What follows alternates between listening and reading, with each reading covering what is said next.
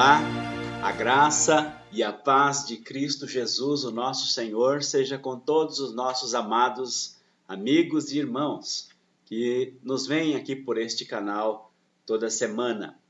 Nós, neste trimestre, estamos estudando o Evangelho de Jesus Cristo, segundo escreveu Lucas, que tem por título Jesus, o Homem Perfeito. O Evangelho de Lucas, o médico amado. Está sendo para nós de muito proveito, pois estamos analisando os evangelhos novamente, manuseando a boa nova de Jesus Cristo de acordo com Lucas, o médico amado. Pois bem, chegamos à lição de número 4. A lição de número 4, por fim, proposta para domingo próximo, dia 26/4 de 2015. E o título da lição de número 4 é A Tentação de Jesus. A Tentação de Jesus.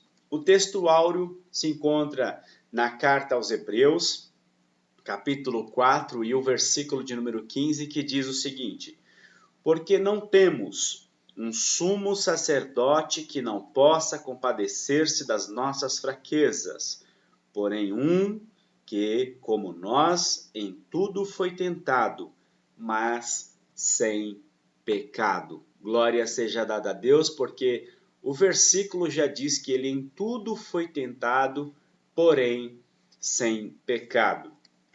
A verdade prática diz: Jesus firmou-se na palavra de Deus para vencer Satanás. Assim devemos agir para também obter vitória. A palavra é a ferramenta que o próprio Jesus usa, não é? Faz uso para vencer as ofertas de Satanás no dia desta tentação que está relatado aqui neste evangelho. Pois bem, a leitura bíblica em classe deve ser feita no capítulo 4, do versículo 1 ao versículo de número 13, onde está relatando aí toda essa trama da tentação. E o versículo 1 diz: Jesus, cheio do Espírito Santo, voltou do Jordão e foi levado pelo Espírito ao deserto. Nós temos claro que Jesus estava cheio do Espírito Santo. E mesmo por estar cheio do Espírito Santo, ele foi levado para o deserto. Ou seja, aquelas teologias megalomaníacas da confissão positiva, da teologia da prosperidade, que tentam de toda forma negar a teologia do sofrimento, não cabe aqui nesse texto. Porque Jesus acabara de ser confirmado pelo batismo e agora ele está cheio do Espírito Santo, e esse mesmo Espírito Santo que o encheu, que o dotou de capacidade do Espírito, ele então o leva para o deserto. E aquelas teologias que negam o deserto, que negam a provação, que negam sofrimento, entram em conflito com este texto. 40 dias foi tentado pelo diabo. Naqueles dias não comeu coisa alguma, terminado eles, teve fome. Ora, o Jesus foi provado 40 dias, não é? 40 dias, suportando as tentações do diabo, diz o texto, nesses 40 dias. Nós temos uma narração de alguns dos diálogos, mas nós não sabemos o que aconteceu no todo desses 40 dias. Jesus disse ao diabo: se tu és o filho de Deus, disse-lhe o diabo: se tu és o filho de Deus, dize a esta pedra que transforme-se em pão. Aí começa a narração do que nós vamos estudar. Precisaremos compreender então nesta aula a realidade da tentação, a realidade humana de Jesus ao ser tentado. Na primeira carta de Pedro, no capítulo 2 e o versículo de número 22, diz o seguinte: diz que o qual não cometeu pecado, nem na sua boca se achou engano. Ora, nós temos textos bíblicos que comprovam que Jesus não cometeu pecado, e o apóstolo São Pedro está dizendo que não houve sequer engano na sua boca. Louvado seja o nome do Senhor nosso Deus. Há algumas teorias, algumas religiões atuais, modernas, né, dos nossos tempos odiernos, que negam essa humanidade de Jesus, como falamos na última aula, e dizem que não tinha como Jesus não ter pecado. Para Jesus não ter pecado, ele não podia ter um corpo físico, não é mais um corpo fluídico, um corpo imaterial e coisas do gênero. Principalmente as doutrinas espíritas não conseguem assumir um corpo em Jesus. O Allan Kardec também discursou sobre isso. Mas nós compreendemos que é cabível, é possível, é bíblico, teológico. Jesus teve sim um corpo físico e mesmo assim não pecou. Louvado seja o nome do Senhor, porque nós cremos na Escritura e no que está escrito na Escritura. Ora, ele foi tentado sendo homem. Em João, no capítulo, o Evangelho de Jesus segundo escreveu João, no capítulo de número 17 e o versículo de número 5, vejamos o que está escrito. E agora glorifica-me tu, ó Pai, junto a ti mesmo, com aquela glória que tinha contigo antes que o mundo existisse. Ora, Jesus está falando de uma glória anterior ao seu corpo físico, a glória da eternidade, e ele está orando ao Pai. Filipenses capítulo 2, versículos 5 ao versículo de número 11, dizendo: de sorte que haja em vós o mesmo sentimento que houve também em Cristo Jesus. O conselho apostólico aos crentes de Filipos, a primeira cidade da Macedônia, que era uma colônia romana, e o próprio Paulo está escrevendo aos crentes filipenses que eram lá constituídos de Lídia, vendedora de púrpura, aquela moça que foi liberta de um espírito de adivinhação, o carcereiro com a sua família e, por fim, a igreja que se formou lá. E ele está dizendo para esses crentes, olha, de sorte que haja em vós o mesmo sentimento que houve também em Cristo Jesus, que sendo em forma de Deus, não teve por usurpação ser igual a Deus. Nós lemos aí um texto dizendo, Jesus orando em João 17, para que tivesse a mesma glória que tinha com o Pai antes da fundação do mundo. E Paulo, escrevendo aos Filipenses, está dizendo que ele não teve por usurpação tudo isso, esse ser igual a Deus, mas aniquilou-se a si mesmo, tomando a forma de servo, fazendo semelhante aos homens e achando na forma de homem. Ora, o texto está nos dizendo claramente que ele foi achado em forma humana. Na forma de homem humilhou-se a si mesmo, sendo obediente até a morte, morte de cruz. Mesmo sendo humano, sendo tentado, ele obedeceu até a morte. E até a morte de cruz. Foi obediente até a morte, e a morte tão horrenda que é a morte por meio da cruz. A Bíblia diz, maldito todo aquele que for pendurado no madeiro ou na árvore. E Jesus foi pendurado no madeiro, morreu, foi obediente até o final. Nós sabemos da história e compreendemos que Jesus tinha autoridade para ordenar aos anjos que o libertassem, porém ele não o fez. Ou seja, o amor do Pai pelos homens, pela humanidade, levou o Filho à cruz. Os pecados da humanidade levou o Filho à cruz. E temos o próprio Cristo dizendo que é também de sua vontade ir à cruz. É uma obediência, um amor de Jesus, uma entrega por toda a humanidade à cruz. Louvado seja o seu nome, porque ele também fez por sua vontade, na obediência ao Pai e no amor por nós. Mesmo sendo homem, sendo tentado, foi obediente até a morte e a morte de cruz. Ou seja, é possível também que nós sejamos obedientes ao Pai. E alguém diz, não, mas ele era Deus, por isso suportou, porque usou dos atributos da divindade para padecer o que precisou padecer. Não, o texto que nós estamos lendo diz justamente o contrário. Diz que achando em forma de homem, humilhou-se a si mesmo, sendo obediente até a morte de cruz. No versículo anterior diz que ele aniquilou-se a si mesmo, tomando a forma de homem, fazendo semelhante aos homens, ou seja, ele não usufruiu de atributos divinos para vencer a tentação, para vencer dor, sofrimento, para poder se valer desses atributos e vencer coisas que aos homens é dado. Então Jesus não usou de nenhum subterfúgio, não se valeu de coisa alguma, senão da sua própria humanidade, como o homem foi obediente, louvado seja Deus. Hebreus capítulo 2 e o versículo de número 17 ainda diz: pelo que convinha que em tudo fosse semelhante aos irmãos, para ser misericordioso e fiel sumo sacerdote naquilo que é de Deus, para expiar os pecados do povo. Louvado seja o nome do Senhor Jesus Cristo, irmãos, porque convinha que em tudo fosse semelhante aos irmãos. Olha que verdade bíblica sagrada. Em tudo tinha que ser semelhante a nós, inclusive nas tentações. Jesus foi semelhante a nós nas tentações, para ser misericordioso e fiel sumo sacerdote naquilo que é de Deus. Então, ele sofreu e agora é misericordioso porque padeceu em si mesmo, na sua carne humana, quando homem, e é fiel sumo sacerdote para interceder por aqueles que sofrem, que somos eu e você.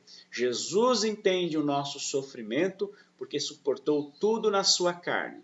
Se ele tivesse abrogado de poderes divinos, de atributos divinos para vencer uma tentação, ele não poderia ser um fiel sacerdote ou sumo sacerdote que se compadecesse de nós.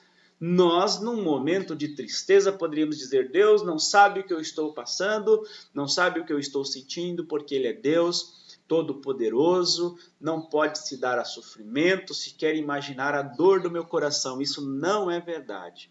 Jesus passou por todos os momentos como homem e mesmo assim prevaleceu para a glória de seu Pai. Louvado seja Deus. Inclusive por dores de morte.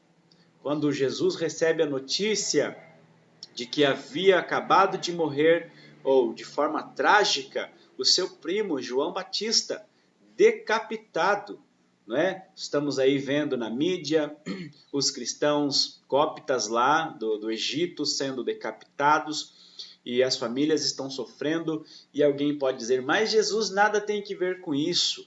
Jesus não ajuda porque não se compadece, não sabe o que está passando aquelas famílias. Jesus sabe sim. Jesus estava operando o seu ministério, trabalhando, e de repente os discípulos de João Batista chegaram nele e deram essa triste notícia: Senhor Jesus, João Batista, teu servo, obediente ao ministério, ao chamado do Todo-Poderoso Yahvé, e acabou de ser decapitado na prisão, de forma cruel, da malignidade do coração de uma mulher que não aceitava a acusação de seu pecado, exigiu a cabeça de João Batista por intermédio de uma moça. Ele acabou de falecer. Imagine, irmãos, Jesus recebeu uma notícia de tristeza, de decapitação, de morte familiar. Jesus estava com muita gente, diz o texto lá que era tanta gente que eles não tinham nem tempo para comer, de tanta gente que ia e vinha. Os discípulos de Jesus chegaram nesse interim e quiseram contar as bênçãos, porque eles acabaram de voltar do envio e queriam contar bênçãos, e o Senhor Jesus estava com um misto, então, de sensações, de emoções, de uma notícia trágica, os discípulos querendo dizer coisas boas, e ele com aquelas pessoas em sua volta, a necessidade de ajudar, de curar, de libertar. Jesus então disse aos discípulos: passemos a outra margem e descansemos. O próprio Jesus estava num ataque muito grande de informações, de necessidades, e ele quis descansar. Mesmo assim, diz o texto, que ele subindo no barco e passando para a outra margem, diz que as pessoas, as multidões eram tão grandes e eles estavam tão desejosos de serem abençoados, de aproximarem-se de Jesus, que eles correram pela margem e chegaram primeiro que o Senhor Jesus. E o Senhor Jesus, ao chegar, do outro lado, ao descer do barco, diz o texto que ele moveu-se de íntima compaixão por aquelas pessoas, louvado seja Deus, porque como homem, irmãos, ele sofreu sim a dor da morte, da perda. A alegria dos discípulos também foi para ele notório, mas ao chegar do outro lado, ainda que estivesse desejoso de descansar, pois esse foi o motivo pelo qual atravessaram o mar, ele moveu-se de íntima compaixão. Pediu para que se fizessem grupos daquela multidão, se assentassem, e ele voltou a ensinar-lhes e a operar no meio deles.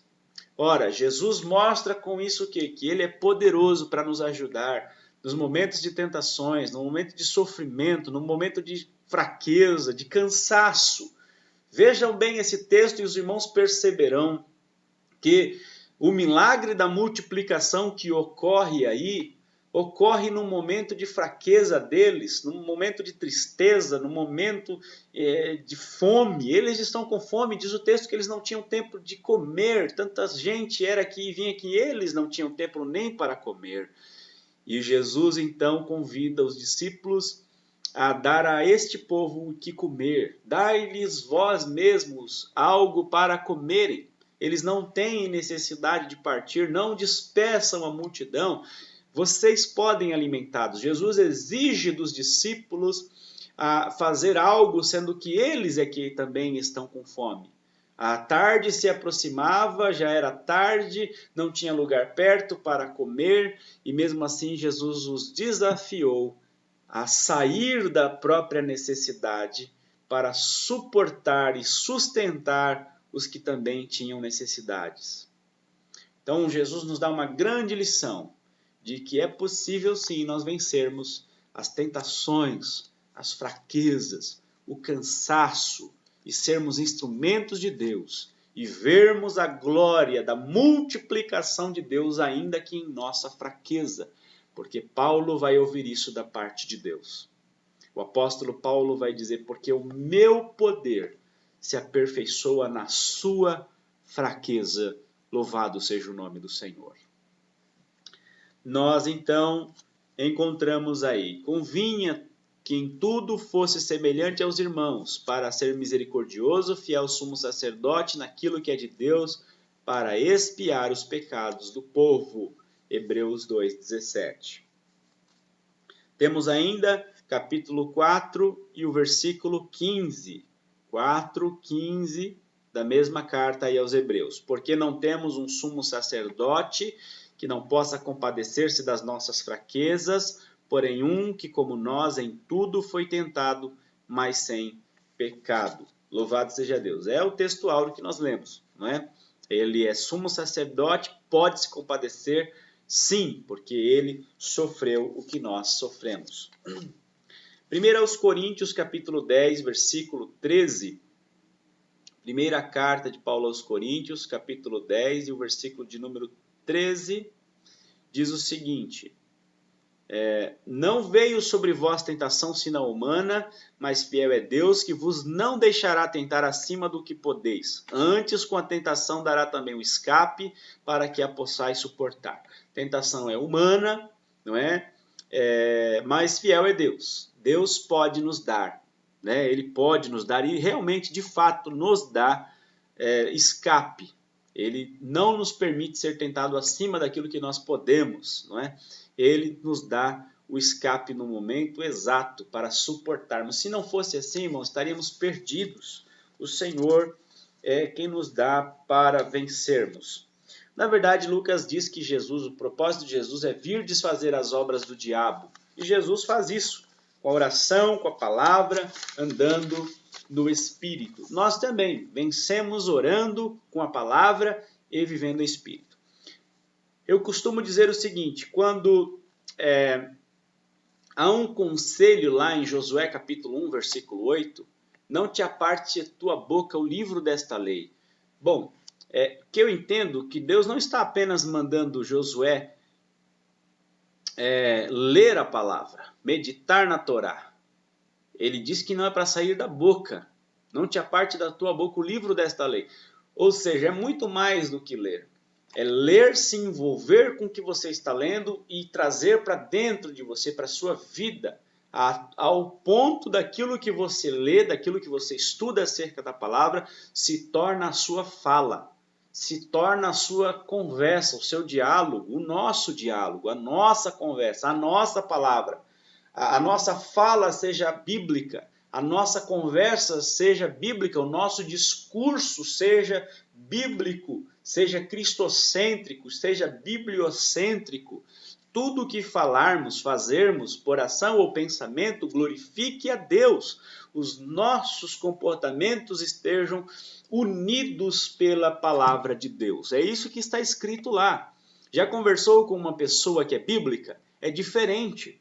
Já tentou conversar com uma pessoa que não sabe o que é Bíblia? Você espera dela alguma coisa e suas respostas não são bíblicas? O seu diálogo não é bíblico? É feio. Você lidar com alguém que você esperava ter um conselho bíblico e ele cita ditados populares, consegue citar Mahatma Gandhi, consegue citar inúmeros pensadores orientais, consegue citar Platão, Sócrates, consegue citar ditados populares de figuras brasileiras, mas não sabe citar versículos bíblicos, não sabe dizer o que diz a Bíblia, não sabe dizer o que diz a palavra de Deus. É horrível. Como é que uma pessoa dessa pode vencer as tentações de Satanás?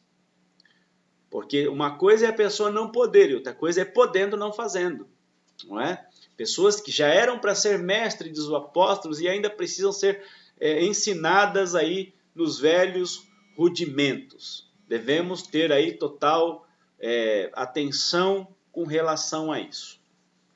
Então a tentação é uma realidade para todos os filhos de Deus. Todos os filhos de Deus serão tentados. Também precisamos aí explicar como Jesus venceu a tentação de ser saciado.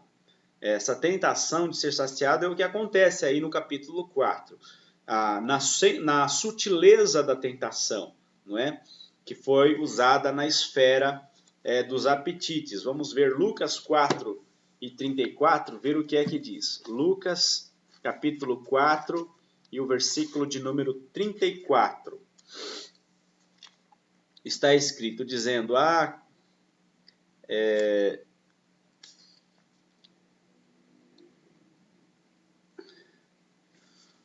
fala justamente do apetite aí, né? Capítulo 4, 34, não, versículos 3 e 4. Eu já fui lá para os demônios lá. Diz assim, então o diabo desafiou, se és filho de Deus, ordena que esta pedra se transforme em pão. Respondeu-lhe, porém, Jesus, está escrito, nem só de pão viverá o homem, mas de toda palavra de Deus. Os apetites são atacados, não é? De saciar a sua própria fome usando atributos divinos para se fazer isso.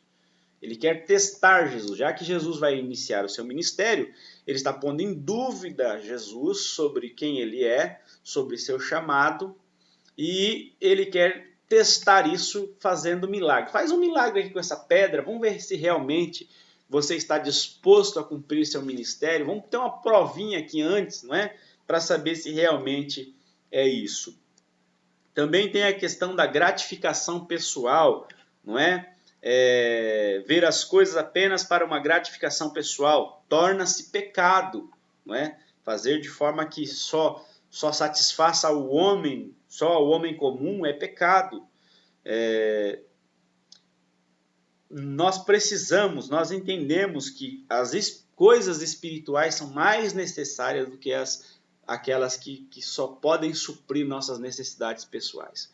Nosso foco, a nossa preferência deve ser por aquilo que é espiritual, aquilo que glorifique ao Senhor, nosso Deus. A palavra também, não é? Eu lembro de João capítulo 4, quando os discípulos chegam para Jesus e perguntam se ele não tem fome, se ele não vai comer, e ele disse, uma coisa tenho a comer que vocês não conhecem, uma comida tenho para comer que vocês não conhecem, e ele diz que essa comida é fazer a vontade de seu Pai.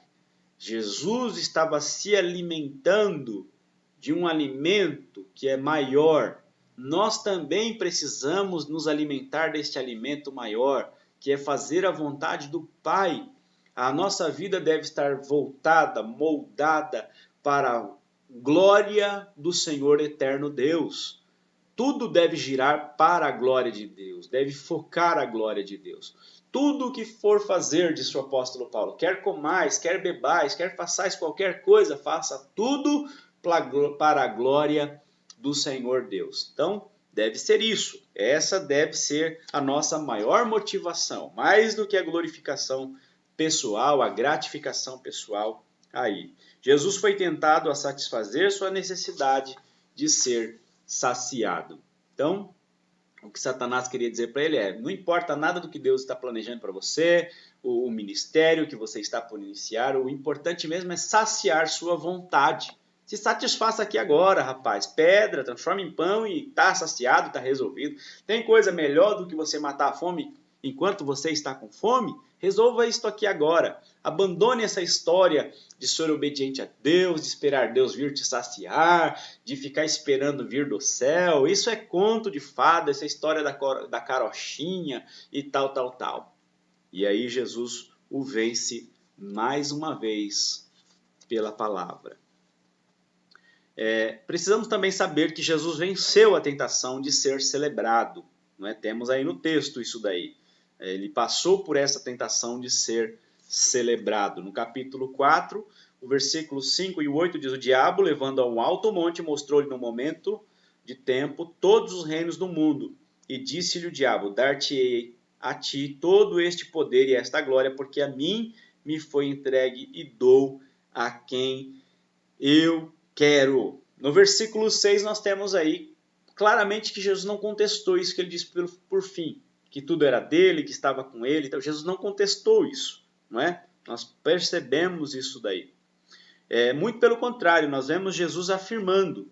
João capítulo 16 e o versículo 11, nós encontramos Jesus dizendo o seguinte: e do juízo, porque já o príncipe desse mundo está julgado. Jesus diz que realmente ele é o príncipe deste mundo, não é? Jesus não contraria isso, ele afirma que realmente esse maligno que está ali tentando é príncipe deste mundo. Vamos ver o que disse o apóstolo João, na primeira carta de João, no capítulo 5 e no versículo de número 19, dizendo assim: sabemos que somos de Deus e que todo mundo está no maligno. Ora, o apóstolo João está dizendo também, afirmando como Jesus, o mundo tem um príncipe e ele tem súditos. O mundo é súdito do maligno, não é? Nós devemos prestar atenção nisto. A palavra de Deus diz isso. Essa falácia de que todo mundo é filho de Deus, isso é uma bobagem, isso é uma besteira que não tem fundamento bíblico, teológico, não é? O mundo jaz no maligno, pertence ao seu príncipe. O apóstolo Paulo escreve numa de suas cartas dizendo que vós outrora também obedecíeis ao maligno, não é? Nós éramos escravos, sujeitos ao pecado, ou seja, nós nos deixávamos escravizar por Satanás. O mundo pertence ao maligno porque continua no curso natural do mundo. E o curso natural do mundo não pertence a Deus. O curso natural do mundo termina em juízo, em condenação, não é? Porque não é por nascimento natural que o homem já está pronto e habilitado para o reino espiritual. Jesus disse a Nicodemos, não é? Não depende da vontade do homem nem do varão, não é segundo a carne nem sangue, ele disse para o Pedro, é segundo a vontade de Deus. É preciso nascer de cima, ele disse para o Nicodemos. Aquele que não nascer de cima não pode ver o reino dos céus. João, no capítulo 1, no Evangelho, ele vai dizer que ele veio para os seus não receberam, mas a todos quanto receberam, deu-lhes o poder de serem feitos filhos de Deus. Não é natural, é preciso ser feito, é preciso de poder para ser feito filho de Deus. Não é simplesmente nascendo num lar evangélico que a pessoa é evangélica, não é? Nós temos aí, infelizmente, podemos ir na Fundação Casa, em presídios, e nós veremos filhos de crentes, filhos de obreiros, filhos de pastores, de ministros, que se intrometeram na criminalidade porque nunca se encontraram com o Senhor Jesus, nunca tiveram um encontro pessoal com o Senhor Jesus. Então, devemos entender muito bem isso daqui. O mundo está no maligno, por isso o crente não pode estar brincando de ser crente. Devemos estar em oração, devemos estar buscando pela parentela, pela família, estar orando, buscando, se movimentando para a salvação do maior número de pessoas possíveis, porque eles estão no domínio de Satanás. Leia lá a carta de Paulo aos Efésios, você vai perceber isso. Colossenses, Filipenses, nós vamos ter lá uma ideia. Gálatas, por exemplo, o mundo não pode se justificar por obras da lei. Não existe essa história do faz por onde que eu te ajudarei. O mundo pode ser salvo e só poderá ser salvo quando aceitar o sacrifício de Jesus no Calvário por ele. E ele crer no sacrifício de Jesus pela fé, recebendo justiça da parte de Deus. Justificados, pois, pela fé, temos paz com Deus. Se o homem não recebeu a justiça da obra de Jesus dentro de si mesmo, se ele não recebe a imputação da justiça de Deus em Cristo Jesus para si, ele continua sendo inimigo de Deus. Não é por natureza filho. Não tem nada de amizade, porque a amizade do mundo é inimizade contra Deus. Aquele que constitui-se amigo do mundo, constitui-se imediatamente inimigo de Deus. Porque a amizade com o mundo, o conluio com o sistema do mundo é do reino do príncipe deste mundo, reino das trevas de Satanás. Nós ainda temos Paulo dizendo, eu citei Efésios capítulo 2, Efésios 2, 22. Vamos ver. No qual também vós sois edificados para a morada de Deus em Cristo Jesus. Então nós temos aí, na verdade eu li o 22, não é o 22, é o 2. Efésios capítulo 2 e o versículo de número 2, que diz: Neles viveste então, segundo a era deste mundo, segundo o príncipe do domínio do ar, do espírito que está agindo agora nos desobedientes, não é? Capítulo 2 e o versículo 2. Em que noutro tempo andaste segundo o curso deste mundo. Ora, ele está falando com a igreja de pessoas que um dia andou. E quem não está em Cristo, na igreja verdadeiramente de Cristo Jesus, ele continua andando segundo o curso deste mundo, segundo o príncipe das potestades do ar, do espírito que agora opera nos filhos da desobediência. Os que não obedecem ao Evangelho, não obedecem a Cristo Jesus, estão sendo levados pelo espírito da desobediência, regidos pelo maior desobediente que existe no mundo, que é Satanás. Ele é o pai espiritual de todos esses espíritos desobedientes, de todos os seres humanos que desobedecem a Deus e a sua palavra, que é o próprio Senhor Jesus. Pois bem, João no capítulo 8, versículo 23, vamos ver o que diz João. João 8, 23. E dizia-lhes, vós sois de baixo, eu sou de cima, vós sois deste mundo, eu não sou deste mundo. Glória seja dada a Deus. Capítulo 17 e o versículo de número 9. Eu rogo por eles, não rogo pelo mundo, mas por aqueles que me deste, porque são teus. Jesus está rogando por aqueles que o Pai lhe deu. Ninguém pode vir se o Pai não o trouxer, disse Jesus. E os que são dados a Jesus, por esses Jesus está rogando. Jesus não está rogando pelo mundo. Jesus não está rogando pelos inimigos de Deus. Jesus está rogando por aqueles que o Pai lhe dá. Está escrito aí. Não sou eu que estou dizendo, é a palavra de Deus que está dizendo. No capítulo 18, versículo de número 36, vejamos. Um capítulo depois. Respondeu Jesus: o meu reino não é deste mundo. Se o meu reino fosse deste mundo, pelejariam os meus servos para que eu não fosse entregue aos judeus. Mas agora o meu reino não é daqui. Eu não estou lutando, porque se eu estivesse lutando, meu reino seria daqui. Se o meu reino fosse daqui, eu lutaria por ele, mas não é. Se eu não estou lutando, é porque o meu reino não é deste mundo. O reino de Cristo é um reino espiritual, que atua na vida dos seres humanos. E isso vai se espalhando, vai aumentando, crescendo, ganhando novas pessoas. E nós vamos crescendo para a glória de Deus, um edifício sendo edificado para Deus, o nosso Pai. Pedras vivas somos nós. A busca pelo poder terreno, quer dizer, nas esferas material e espiritual, não é? A busca pelo poder, a glória e o poder terreno. O diabo conhece o homem e o afã de ser chamado Senhor, ser qual ou ser tal qual Deus é. Lá em Gênesis 3:5, né? Ele faz essa oferta para os homens lá no Éden, né? Vós sereis igual a Deus, né? Conhecendo o bem e o mal. Ele sabe que o homem gosta disso, desse afã, não é, de ser Deus, da deificação do homem, de querer assumir um lugar de divindade. Essa é a luta do homem desde o Éden, né? E todo homem pecador sem Cristo Jesus continua com essa loucura. Essa loucura, uma insanidade. Todo e qualquer homem que não está em Cristo Jesus, ele está dizendo: eu não preciso de Deus. Eu sei resolver meus próprios problemas. Não preciso de uma divindade que está fora de mim, porque eu sou o Deus de mim mesmo. Eu resolvo os meus pecados e os meus problemas. Não preciso de um Deus que está fora. Não preciso de ajuda de ninguém além de mim mesmo. Quando pregamos o evangelho para o ímpio, para aquele que ainda não está em Cristo, ele não aceita. Por quê? Porque ele entende que ele não tem problema, que ele não precisa de Deus.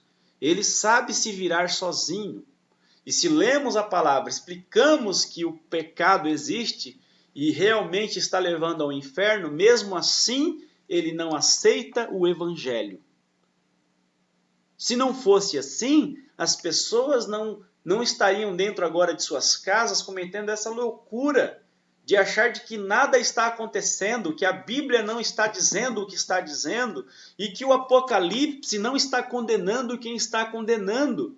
Por que nós temos Bíblias nas nossas estantes, nas nossas casas, e mesmo assim não damos conta que aí está escrito que nós somos pecadores? Deus fez-nos perfeitos, porém pecamos. O pecado deformou aquilo que havia de divino em nós, de Deus em nós. E nós agora somos criaturas deformadas pelo pecado, nas nossas atitudes, nas nossas escolhas, no nosso comportamento, em tudo quanto fazemos está manchado pelo pecado.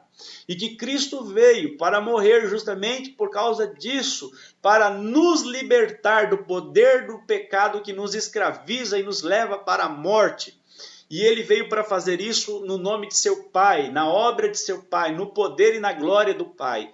E ele morreu. Ao terceiro dia ressuscitou, subiu ao céu, e agora o Espírito está entre nós, nos convidando a aceitarmos essa obra e dizendo para nós: vocês são pecadores. Ele disse: a obra do Espírito será fazer o homem entender o pecado, a justiça e o juízo, convencer o homem, é a obra do Espírito. E ele está todos os dias nos convencendo. Não tem como haver salvação senão pelo Filho. Há uma condenação, a Bíblia fala de condenação, haverá sim uma condenação, quer você acredite, quer você deixe de acreditar, existe condenação, está aí na Bíblia, está aí na sua estante. No livro do Apocalipse está escrito de todos aqueles que não foram achados escritos seus nomes no livro da vida eterna, foram lançados num lago de fogo e enxofre. Todos os que negam a Jesus, vivem as suas vidas para si mesmo, dizendo de forma mentirosa que tem Jesus no coração, de que Deus está com ele, que nunca esqueceu-se de Deus e tal, numa grande mentira, num grande engano do pecado e de Satanás, porque a pessoa leva Jesus no coração em prostíbulos, leva Jesus no coração em boates, leva Jesus no coração no furto, no assalto, Tem Jesus no coração quando está amaldiçoando, maldizendo a família. Tem Jesus no coração cometendo adultério. Tem Jesus no coração praticando pedofilia. Tem Jesus no coração cometendo todo tipo de torpeza. Meu irmão, isso é um engano. As pessoas nunca vão admitir que não tem Jesus e que Deus não está com elas. Mas Jesus vai dizer no último dia, inclusive para pessoas que vão dizer para ele, Senhor, mas no teu nome nós fizemos isso, fizemos aquilo. E o que Jesus vai dizer? Apartai-vos de mim, vós que praticais a iniquidade, pois eu nunca vos conheci. Está escrito na palavra de Deus. Se pessoas que vão fazer coisa no nome dele de forma errada, com egoísmo no seu coração, vão ser reconhecidas como nunca tendo sido conhecidas por Jesus, imagine você, mero pecador que nada faz, que não se preocupa com as coisas de Deus. Nós achamos, irmãos, que o nosso pecado é beber, fumar, usar droga, mas eu entendo que o meu maior pecado é Deus existindo e eu viver como se ele não existisse. Me converti aos 22 anos de idade, em outubro de 2001. E quando eu me converti, eu me dei conta disso. Que o meu maior pecado não era a prostituição que eu cometia, não eram as drogas que eu usei, não era nada daquilo. O meu maior pecado é que eu passei 22 anos da minha vida vivendo para mim mesmo. Isso é o maior pecado. Tiago diz, aquele que sabe o bem que deve fazer não faz, esse peca. Nós sabemos que nós nascemos para viver para a glória de Deus e nós não vivemos. Se os seus filhos não vivem para a glória de Deus, não se preocupe. Eles vão chegar a essa conclusão. Ajude-os. Aos 22 anos de idade eu fui entender isso, que eu tinha vivido para mim mesmo. Hoje eu estou completando 36 anos para a glória de Deus. E eu entendo hoje o que é viver para a glória de Deus e o que é pecado. Eu sei quem eu sou e eu sei quem é Deus, porque Ele tem me amado, mesmo sendo eu quem eu sou. Glória seja dada ao nome do Senhor nosso Deus. Então, nós encontramos aí essa explicação que Jesus foi tentado a satisfazer sua necessidade de ser saciado. A busca pelo poder terreno é de todo homem. Como homem, Jesus foi tentado a buscar honra e celebração para si. Nós devemos também analisar as artimanhas do inimigo para Jesus ceder à tentação de ser notado, não é? Lembremos disso, que Satanás levou a ele a um alto monte, não é? E a ideia dele era justamente essa, pôr em dúvida em Jesus. Versículo 9, levou também Jerusalém, pô-lo sobre um pináculo do templo e disse, se tu és o filho de Deus, lança daqui para baixo. Por dúvida, né? Se realmente ele é filho de Deus. Se tu és, e ele ainda diz, está escrito. Ou seja, tenta pôr em dúvida aquilo que ele sabe que é, e ainda usa a palavra para dizer isso. Está escrito. Então, tomemos muito cuidado. Porque a palavra de Deus, sendo transformada, mudada, aquilo que é mudado, a autoria muda. A autoria deixa de ser de Deus para ser de Satanás. Não é? A palavra era de Deus, mas ele transformou, ele mudou o sentido. Se ele muda o sentido, a palavra já não é mais de quem disse, é de quem está falando por último, é de Satanás. Não mude o sentido da palavra. Por isso aí as seitas, não é? Armas do maligno.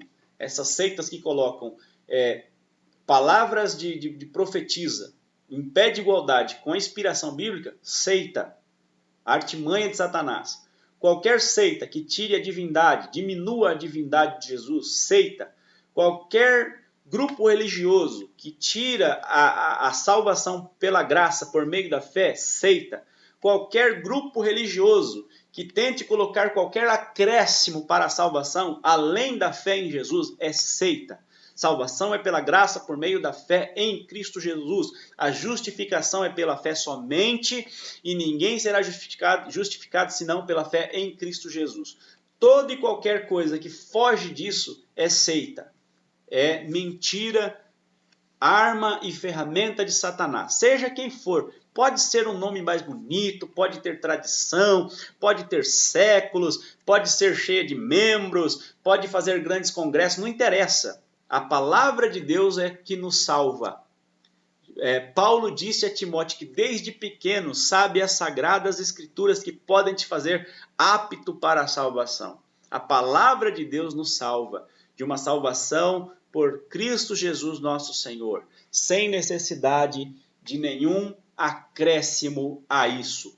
Se a salvação é por lei, Cristo morreu debalde, está escrito, não é? Da graça tem descaído. Tomemos muito cuidado, analise aí o corpo doutrinário, regimento doutrinário da sua igreja, para ver se não estão lhe colocando peso sobre você e a salvação depende de alguma coisa, de um sal, de um copo com água, se a salvação precisa de uma oferta, se a salvação precisa de dízimo, se a salvação precisa de qualquer coisa dessa. Meu filho, foge daí, porque isso aí é uma heresia, é uma seita. Ele levou Jesus no ponto mais alto, porque é o desejo de todo homem, não é? Chegar ao mais alto, ser visto, ser notado. Jesus venceu isso daí também. Essa tentação de ser notado, Jesus venceu, não é? Existe existe a exaltação de forma saudável quando é pelo próprio Senhor nosso Deus. Não vai dar tempo de nós terminarmos falando de tudo, mas nós compreendemos, a vitória que Jesus teve sobre tudo isso. Jesus conseguiu vencer Satanás pela palavra. Alguém disse uma frase, eu acho muito bonita. O Adão perdeu, foi vencido no Éden. E Jesus venceu na cruz. No Éden, o Adão não conseguiu vencer. Jesus, no deserto e na cruz, conseguiu vencer Satanás. Dizendo com isso que é possível. Pela fé em Jesus é possível. Se crermos nesse mesmo Jesus que venceu, aceitarmos Ele como nosso sumo sacerdote, como nosso Senhor, Salvador da nossa alma, nós vencemos com Ele. Efésios capítulo 2 diz que Ele venceu, foi assunto aos céus, e nós vencemos com Ele. Ao sair do túmulo, nós saímos com Ele na representação. Ao subir aos céus, representados também subimos com Ele. E quando Ele se assenta à destra de Deus, toda a igreja de Jesus, aqueles que creem e confessam o seu nome, se assentam juntamente com Ele à destra de Deus. Uma vitória inigualável para todo aquele que está em Cristo Jesus. É uma nova criatura e vence a tentação pela fé. Pela fé nós vencemos.